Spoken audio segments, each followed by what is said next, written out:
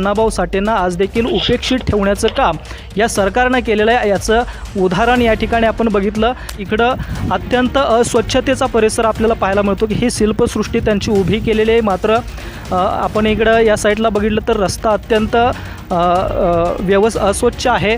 त्यानंतर या झाडांची पालं वगैरे या ठिकाणी अण्णाभाऊ साठेंच्या शिल्पसृष्टीवरती पडतात। अण्णाभाऊ साठे यांनी त्यांच्या शिक्षकाच्या छाताडावरती वीट मारली होती आणि तोच किस्सा आज आपल्याला या ठिकाणी वेगवेगळ्या पद्धतीनं आपल्याला ऐकायला मिळतोय। लोकशाहीर अण्णाभाऊ साठेंच्या घराचं जवळ हे वातावरण या ठिकाणी आपण पाहू शकता। हे या ठिकाणी पडलेलं घर आहे। त्यानंतर ह्या साईडला मागं सुद्धा बघू शकता की लोकशाहीर अण्णाभाऊ साठे यांच्या घराचा परिसर या ठिकाणी अत्यंत अस्वच्छतेचा परिसर आहे। या ठिकाणी ऊसाची लागवड केलेली आहे। मात्र तण असेल, गवत असेल त्या ठिकाणी उगवून आलेला आपल्याला पाहायला मिळत आहे। मागच्या सरकारने देवेंद्र फडणवीस यांनी स्वतः त्या ठिकाणी साहित्यरत्न लोकशाहीर अण्णाभाऊ साठे यांचं स्मारक वाटेगावमध्ये करण्यासाठी तब्बल 25 कोटी रुपयांचा निधी मंजूर केला होता। मात्र त्या निधीचं काय झालं हा एक प्रश्न त्या ठिकाणी समाज बांधवांना फार मोठा पडलेला आपल्याला पाहायला मिळतोय। मात्र त्यांनी केलेल्या घोषणा ते विसरून जातात असं का, हा प्रश्न समाज बांधवांनी विचारणं गरजेचं आहे। नमस्कार, AV9 मराठीमध्ये आपल्या सर्वांचं स्वागत करतो। आज मी ज्या ठिकाणी उभा आहे ते महाराष्ट्रातील अत्यंत लावण्यपूर्ण आणि अतिशय ऐतिहासिक असणारं जे गाव, ज्या गावानं अखंड महाराष्ट्रालाच नव्हे तर अखंड जगाला एक रत्न दिला, ते म्हणजे साहित्यरत्न लोकशाहीर अण्णाभाऊ साठे। साहित्यरत्न लोकशाहीर अण्णाभाऊ साठे हे आपल्या महाराष्ट्रालाच नव्हे तर अखंड जगाला माहीत आहेत।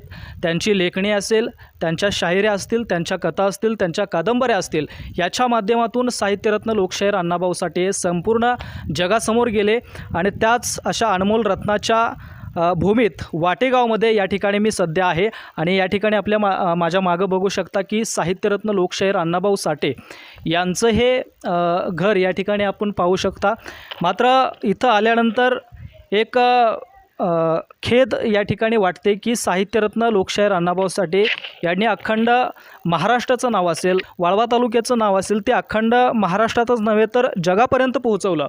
मात्र इथं आल्यानंतर एक खेद वाटते की साहित्यरत्न लोकशाहीर अण्णाभाऊ साठे एवढे महान असतानासुद्धा त्यांचं आजपर्यंतच्या सरकारनं त्यांना त्या ठिकाणी उपेक्षित ठेवलं आणि आज देखील साहित्यरत्न लोकशाहीर अण्णाभाऊ साठे हे उपेक्षितच असलेले आपल्याला पाहायला मिळतात। याचं एक मूर्तिवंत उदाहरण आपण या ठिकाणी पाहू शकतो की हे लोकशाहीर अण्णाभाऊ साठेंचं घर आहे। मात्र या घरावरती आपण जर का पाहिलं तर कौलं देखील व्यवस्थित या ठिकाणी नाही आहेत। सध्या पावसाचं वातावरण चालू आहे, मात्र सरकारचं या घराकडे लक्ष नाही। मतापुरतं त्या ठिकाणी सरकार मातंग समाजाचा मताचा कोटा त्या ठिकाणी घेतं, मात्र त्या समाजाला अत्यंत उपेक्षित या ठिकाणी आजपर्यंतच्या सरकारनं ठेवलेलं आहे आणि आत्ताचं सरकार देखील लोकशाहीर अण्णाभाऊ साठे यांना उपेक्षितच ठेवतं आहे। कारण या ठिकाणी त्यांचं स्वतःचं हे राहतं घर आहे। ज्या अण्णाभाऊ साठेंनी या घरात बसून त्यांचं साहित्य लिहिलं, ज्या अण्णाभाऊ साठेंनी आपलं वाळवा तालुक्याचं नाव, महाराष्ट्राचं नाव या लेखणीच्या माध्यमातून, त्यांच्या कर्तृत्वाच्या माध्यमातून अखंड जगापर्यंत पोहोचवलं। महाराष्ट्रातच नव्हे, भारतातच नव्हे तर त्यांची ख्याती विदेशात, रशियात देखील त्या ठिकाणी रशियाच्या राष्ट्राध्यक्षांनी त्यांना स्वतःहून त्यांच्या साहित्याची दखल घेऊन त्यांना रशियाचा त्या ठिकाणी रशिया दाखवली, त्यांचा रशियात भव्य असा मोठा पुतळा निर्माण केला। अशा या अण्णाभाऊ साठेंना आज देखील उपेक्षित ठेवण्याचं काम या सरकारनं केलेलं आहे। याचं उदाहरण या ठिकाणी आपण बघितलं। त्यांच्या घराचा या ठिकाणी परिसर बघितला तर इकडं अत्यंत अस्वच्छतेचा परिसर आपल्याला पाहायला मिळतो की ही शिल्पसृष्टी त्यांची उभी केलेली आहे। मात्र आपण इकडं या साईडला बघितलं तर रस्ता अत्यंत अस्वच्छ आहे। त्यानंतर या झाडांची पालं वगैरे या ठिकाणी अण्णाभाऊ साठेंच्या शिल्पसृष्टीवरती पडतात। त्यांच्या घराच्या शेजारीच असणारे हे घर म्हणजे लोकशाहीर अण्णाभाऊ साठेंचं जर का स्मारक कसं असावं तर अत्यंत ते स्वच्छ, सुंदर, नीट नेटकं असावं। मात्र लोकशाहीर अण्णाभाऊ साठेंच्या घराचं जवळ हे वातावरण या ठिकाणी आपण पाहू शकता। हे या ठिकाणी पडलेलं घर आहे। त्यानंतर ह्या साईडला मागं सुद्धा बघू शकता की लोकशाहीर अण्णाभाऊ साठे यांच्या घराचा परिसर या ठिकाणी अत्यंत अस्वच्छतेचा परिसर आहे। या ठिकाणी ऊसाची लागवड केलेली आहे। मात्र तण असेल, गवत असेल त्या ठिकाणी उगवून आलेला आपल्याला पाहायला मिळत आहे। या ठिकाणी लोकशाहीर अण्णाभाऊ साठे यांचा जीवन प्रवास असणारं त्यांचं शिल्प देखील या ठिकाणी उभारलेलं आहे। आपण AV9 मराठीच्या माध्यमातून त्या ठिकाणी त्यांचा जीवन प्रवास कसा होता, कशा पद्धतीनं त्यांनी कथा लिहिल्या, कादंबऱ्या लिहिल्या, त्यांचा जीवनप्रवास या ठिकाणी आपण समजून घेऊयात. या ठिकाणी लोकशाहीर अण्णाभाऊ साठेंच्या आई आणि लहानपणचे लोकशाहीर अण्णाभाऊ साठे यांचं या ठिकाणी शिल्प आहे. या ठिकाणी लिहिलेलं आपल्याला पाहायला मिळतं की लोकशाहीर अण्णाभाऊ साठे या साहित्यरत्नाचा जन्म 1 ऑगस्ट 1920 रोजी वाटेगाव येथे झाला. त्याचं शिल्प या ठिकाणी आपण बघू शकतोय. त्यानंतर इकडं 2 नंबरला जे शिल्प आहे ते अण्णाभाऊ साठे यांची प्रसिद्ध असणारी कादंबरी ती म्हणजे फकीरा. अण्णाभाऊ साठे जेव्हा लहान होते तेव्हा फकीरा याने अण्णाभाऊ साठे यांच्या आईच्या झोळीमध्ये त्या ठिकाणी इंग्रजी सत्तेचा खजिना लुटल्यानंतर त्यांच्या झोळीमध्ये नाणी टाकली होती. या ठिकाणी आपल्याला लिहिलेलं पाहायला मिळतं की अण्णांच्या जन्मावेळी इंग्रजी सत्तेविरुद्ध संघटित बंडखोरी करणाऱ्या महानायक फकीराने आनंदाने इंग्रजी लुटीतील चांदीच्या सुरती रुपयांची ओंजळ नातलगाच्या त्यांच्या म्हणजे नातेवाईकांच्या ओटीत टाकली. त्यानंतर या ठिकाणी 3 नंबरला शिल्प आपण पाहू शकतो की अण्णाभाऊ साठे जेव्हा लहान होते तेव्हा त्या ठिकाणी विविध खेळ खेळत होते. त्यामध्ये सूरपारंब्या खेळत होते. त्यानंतर विटी दांडू असे खेळ त्यांच्या सवंगड्यांसोबत आपल्याला खेळताना या ठिकाणी पाहायला मिळतात. त्यानंतर अण्णाभाऊ साठे यांचा एक किस्सा आपल्याला ज्ञातच आहे. तो म्हणजे या ठिकाणी लिहिले की त्या काळी शिक्षक अस्पृश्य मुलं जातीय आकसाने वर्गात बसवीत, त्यांना विनाकारण शिक्षा करीत. त्याचा राग म्हणून अण्णांनी त्या मास्तरावर दगडफेक केली. त्यामुळं त्यांचे शिक्षण 1.5 दिवसाचं संपलं. म्हणजे असा हा किस्सा लोकशाहीर अण्णाभाऊ साठे यांनी जाती आकस त्यावेळी होता, मात्र त्यांना त्या जाती आकसाला जुगारून अण्णाभाऊ साठे यांनी त्यांच्या शिक्षकाच्या छाताडावरती वीट मारली होती. आणि तोच किस्सा आज आपल्याला या ठिकाणी वेगवेगळ्या पद्धतीनं आपल्याला ऐकायला मिळतो आहे. त्यानंतर इकडं शिल्प आहे की अण्णाभाऊ साठे दोरखंड वळणे, त्यानंतर केरसुणी बनवणे आणि पारंपरिक व्यवसायात आईला मदत करणे अशा पद्धतीचं लहान असताना त्या ठिकाणी घरकामात देखील अण्णाभाऊ साठे या ठिकाणी मदत करताना आपल्याला पाहायला मिळत आहेत. त्यानंतर थोडंसं मोठं झाल्यानंतर लोकशाहीर अण्णाभाऊ साठे यांनी हे मुंबईला गेले होते आणि मुंबईला जात असताना त्या ठिकाणी त्याचं शिल्प या ठिकाणी आपल्याला पाहायला मिळतं आहे की पोटासाठी वाटेगाव ते मुंबई हा तब्बल 227 मैलाचा प्रवास लोकशाहीर अण्णाभाऊ साठे यांच्या सर्व कुटुंबानं पायी केला होता. तिथूनच त्यांच्या जीवनाचा नवा अध्याय सुरू झाला होता. त्यानंतर या ठिकाणी अण्णाभाऊ साठे जेव्हा मुंबईमध्ये गेले त्यानंतर भायखळामध्ये चांदबिबी चाळ या ठिकाणी लिहिलेलं आपल्याला या ठिकाणी पाहायला मिळतं की अण्णाभाऊंच्या कुटुंबाला चांदबिबी यांनी भायखळा मुंबई येथे जिण्याखाली आश्रय दिला होता. अण्णाभाऊंवर त्यांची विशेष मर्जी होती. चांदबिबीने त्यांचा त्या ठिकाणी अण्णाभाऊंचा आणि त्यांच्या कुटुंबाचा तात्पुरता त्यावेळेला सांभाळ केला होता.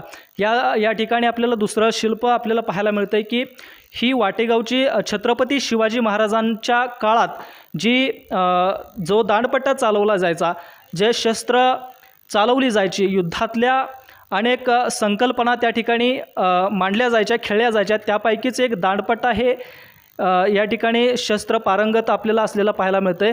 ते सुद्धा शस्त्र लोकशाहीर अण्णाभाऊ साठे हे खेळत होते. त्यालाच या ठिकाणी आजसुद्धा वाटेगाव महाराष्ट्रामधील वाटेगाव गावचा या ठिकाणी दांडपट्टा हा फेमस आहे. या ठिकाणी आपल्याला लिहिलेलं पाहायला मिळतं की लाठीकाठी दांडपट्टा मर्दानी खेळ. लाठीकाठी दांडपट्टा ह्या मर्दानी खेळात अण्णा पटाईत होते. मुंबईहून गावाकडं आल्यानंतर मोकळ्या वेळेत ते स्वतःही खेळत आणि सवंगड्यांना देखील त्या ठिकाणी हा दांडपट्टा शिकवत होते. त्यानंतर इकडं दुसरं शिल्प आपण त्या ठिकाणी पाहू शकतो की काळगाव तालुका कराड येथील मातंग समाजातील कोंडाबाई यांच्याशी त्या ठिकाणी अण्णाभाऊ साठे यांचा विवाह झाला. त्या विवाहाचं शिल्प देखील या ठिकाणी आपल्याला पाहायला मिळतं आहे. वाळवा तालुका ही क्रांतिकारकांची भूमी आहे. त्यामध्ये क्रांतिसिंह नाना पाटील असतील, क्रांतीवीर बर्डे गुरुजी असतील, त्यानंतर कर्मवीर भाऊराव पाटील असतील. त्यांच्या सभेवेळी साहित्यरत्न लोकशाहीर अण्णाभाऊ साठे हे त्यांच्या सहवासात राबून त्यांच्या सभेला त्या ठिकाणी शाहिरीच्या माध्यमातून त्या ठिकाणी मदत करत होते. या ठिकाणी लिहिलेलं आपल्याला पाहायला मिळतं की क्रांतिसिंह नाना पाटील, क्रांतीवीर बर्डे गुरुजी यांच्या सभेत शाहिरी सादर करताना लोकशाहीर अण्णाभाऊ साठे. त्यानंतर आपण जिथं उभा आहे तिथंच त्या ठिकाणी अण्णाभाऊ साठे हे आपल्या साहित्याचं लेखन करत होते. अनेक कादंबऱ्या लोकशाहीर अण्णाभाऊ साठे यांनी लिहिल्या. हे आता जे आपण शिल्प पाहतोय ते शिल्प आहे माटुंगा चिरागनगर घाटकोपर येथील मुंबईमध्ये पत्र्याच्या चाळीतील घरात लेखन करताना या ठिकाणी अण्णाभाऊ साठे आपल्याला पाहायला मिळत आहेत. अण्णाभाऊ साठे पुरस्कार प्राप्त फकीरा, त्यानंतर चित्रा अशा अजरामर कादंबऱ्या त्या ठिकाणी अण्णाभाऊ साठे यांनी लिहिल्या आहेत. त्यानंतर इकडं आपण बघू शकता लाल बावटा या कलापथकाची त्या ठिकाणी निर्मिती केली होती। या कलापथकाची निर्मिती एवढ्यासाठी केली होती की त्यावेळी संयुक्त महाराष्ट्राचा लढा त्या ठिकाणी उभारला होता आणि संयुक्त महाराष्ट्राच्या लढ्यात लोकशाहीर अण्णाभाऊ साठे यांनी त्यांच्या शाहिरीच्या माध्यमातून त्या ठिकाणी त्यावेळेचे तत्कालीन आंदोलनकर्ते असतील त्यांना स्वतः त्यांनी त्या ठिकाणी मदत केली होती। आपल्याला लिहिलेलं पाहायला मिळतं आहे। अण्णाभाऊ साठे यांनी आपले आयुष्य शेतकरी कष्टकरी माणसांच्या लढ्याला समर्पित केलं। टिटवाळा ठाणे येथील शेतकरी परिषद लालबावटा कलापथकातून शाहिरी सादर करून जनतेस त्या ठिकाणी संघटित होण्याची प्रेरणा त्यावेळी लोकशाहीर अण्णाभाऊ साठे यांनी दिलं होतं। हे कार्य अत्यंत महत्त्वाचं मानलं जातं। त्यानंतर इकडं आपण पाहू शकता की संयुक्त महाराष्ट्राचा त्या ठिकाणी लढा असेल। मुंबई ही दुसऱ्या राज्याची नसून ही मुंबई महाराष्ट्राचीच आहे असं ठणकावून सांगणारे साहित्यरत्न लोकशाहीर अण्णाभाऊ साठे होते आणि त्यांचं एक मूर्तिवंत उदाहरण शिल्प या ठिकाणी आपण पाहू शकतो की मुंबईसह महाराष्ट्र या मराठी भाषिक राज्याची निर्मिती करण्यासाठी लालबावटा कलापथकाच्या माध्यमातून अण्णाभाऊ यांनी आपल्या पहाडी आवाजात महाराष्ट्रभर फिरून त्याचं जनजागरण केलं होतं। मुंबई ही महाराष्ट्राचीच असून ती महाराष्ट्रातच राहणार आणि अशा पद्धतीनं माझी मैना गावावर राहिली माझ्या जीवाची होती या कायली या छकडीतून या शाहिरीतून अखंड महाराष्ट्राचं प्रबोधन त्यांनी केलं होतं। अखंड महाराष्ट्राला त्या ठिकाणी संयुक्त महाराष्ट्राच्या चळवळीत येण्यासाठी त्या लावणीच्या माध्यमातून त्यांनी भाग पाडलं होतं आणि सगळ्यात महत्त्वाचं शिल्प जे आहे ते आपल्याला पाहायला मिळते की रशियाचे राष्ट्राध्यक्ष तत्कालीन असणारे त्यांनी स्वतः साहित्यरत्न लोकशाहीर अण्णाभाऊ साठे यांचा गौरव केला होता। त्यांना रशियाला बोलावून त्या ठिकाणी साहित्यरत्न लोकशाहीर अण्णाभाऊ साठे यांच्या कथा कादंबऱ्या असतील तर त्या ठिकाणी त्यांचा संग्रह करून त्या ठिकाणी रशियामध्ये ठेवण्यात आलेले आहेत। त्यांचा पुतळ्याचं अनावरण देखील रशियामध्ये केलं आहे। त्यावेळेस कोणाचीच परिस्थिती नव्हती की विमानात बसायची, मात्र अत्यंत मातंग समाजातल्या असणाऱ्या साध्या कुटुंबातील मुलगा ज्यानं समाजहिताचं स्वप्न पाहिलं, त्यांची लेखणी वास्तवाची होती, त्यामुळं त्यांची दखल महाराष्ट्रानं भारतानंच नव्हे तर अगदी जगानं घेतली आणि त्या जगातलं म्हणजे राष्ट्र म्हणजे रशियासारख्या देशानं लोकशाहीर अण्णाभाऊ साठे यांची दखल घेऊन त्यांना स्वतः विमानाचे तिकीट देऊन विमानाचा प्रवास लोकशाहीर अण्णाभाऊ साठे यांनी केला। त्यानंतर ते रशियाला गेले आणि ते रशियाला जात असतानाच त्या ठिकाणी माझा रशियाचा प्रवास अशी एक कादंबरी त्या ठिकाणी अण्णाभाऊ साठे यांनी लिहिली। या ठिकाणी आपल्याला लिहिलेलं पाहायला मिळतं की अण्णाभाऊंची चित्रा कादंबरी रशियन भाषेत भाषांतरित होऊन रशियात प्रकाशित झाली। लेनिनग्राड येथील रशियन पंतप्रधानांनी त्यांचा सत्कार केला। असं हे अत्यंत उत्तुंग असणारं नेतृत्व ज्यांची लेखणी हे वास्तववादी होती, आपल्या समाजाला न्याय देणारी होती, अशा या जिद्दी विचार असणारे त्या ठिकाणी लोकशाहीर अण्णाभाऊ साठे होते। मात्र खंत एकाच गोष्टीची वाटते की असा हा एका सामान्य कुटुंबातला विचारवंत असणारा लोकशाहीर अण्णाभाऊ साठे, या अण्णाभाऊ साठेंची आजपर्यंतच्या सरकारनं त्या ठिकाणी उपेक्षाच केलेली आहे, त्यांना उपेक्षितच ठेवलं आहे। मात्र आपण या ठिकाणची परिस्थिती बघितली की त्यांचं घर असेल, दुर्दैवी अवस्था त्या ठिकाणी सरकारच्या वतीनं या ठिकाणी करण्यात आलेले।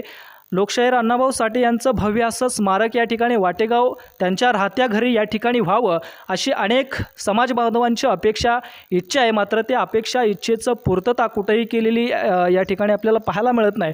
मात्र मागच्या सरकारने देवेंद्र फडणवीस यांनी स्वतः त्या ठिकाणी साहित्यरत्न लोकशाहीर अण्णाभाऊ साठे यांचं स्मारक वाटेगावमध्ये करण्यासाठी तब्बल 25 कोटी रुपयांचा निधी मंजूर केला होता। मात्र त्या निधीचं काय झालं हा एक प्रश्न त्या ठिकाणी समाज बांधवांना फार मोठा पडलेला आपल्याला पाहायला मिळतोय।